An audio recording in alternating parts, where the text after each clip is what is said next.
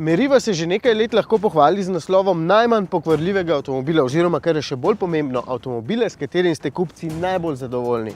Boljše popotnice tale prenovljena enostavno ni mogla dobiti. Vsaka znamka si želi, da bi bili kupci zadovoljni, ker potem širijo dobro besedo in privabljajo nove kupce. Tale prenovljena je oblikovno malce bolj sveža, nekoliko so popravili obliko žarometov in nekaj manjših linij, da izgleda bolj moderno. Dejansko pa je najbolj pomembna stvar prenove nov motor. Že dolgo poudarjamo, da ima Opel slabše motorje in zato že nekaj časa pošteno delajo na novih, nekaj jih je že zunaj, vključno s tem 1,6 litrskim dizlom s 100 kW. Je bistveno boljši od prejšnjih alternativ, ni pa perfekten.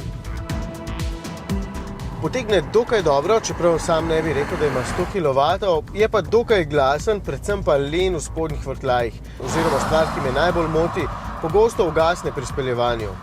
Obenem smo pri precej previdni vožnji beležili porabo malce nad 6 litri, kar je sicer dobro, glede na to, da je Meriva dokaj majhen avtomobil, pa ni perfektno.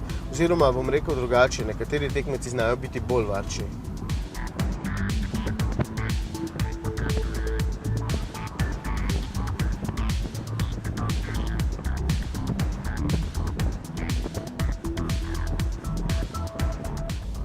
Sicer pa je kot avtomobil Meriva prijetna, položaj za volanom je zelo dober, čeprav je vrtenje volana dokaj težko in tudi volan ni čisto na sredini. Malce je zamaknen v desno, kakšen centimeter.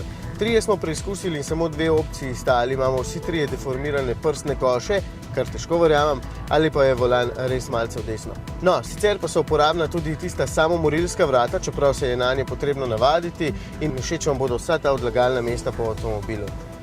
Tudi prostora za potnike je veliko, glede na majhnost Merive je konec koncev velik tudi prtljažnik, bo pa za težko družinsko porabo, recimo če imate majhne otroke in vozičke, hitro premajhen in zato raje priporočam Zafiro Tourer, čeprav tukaj nekoliko pomaga že vzdolžno pomična zadnja klop.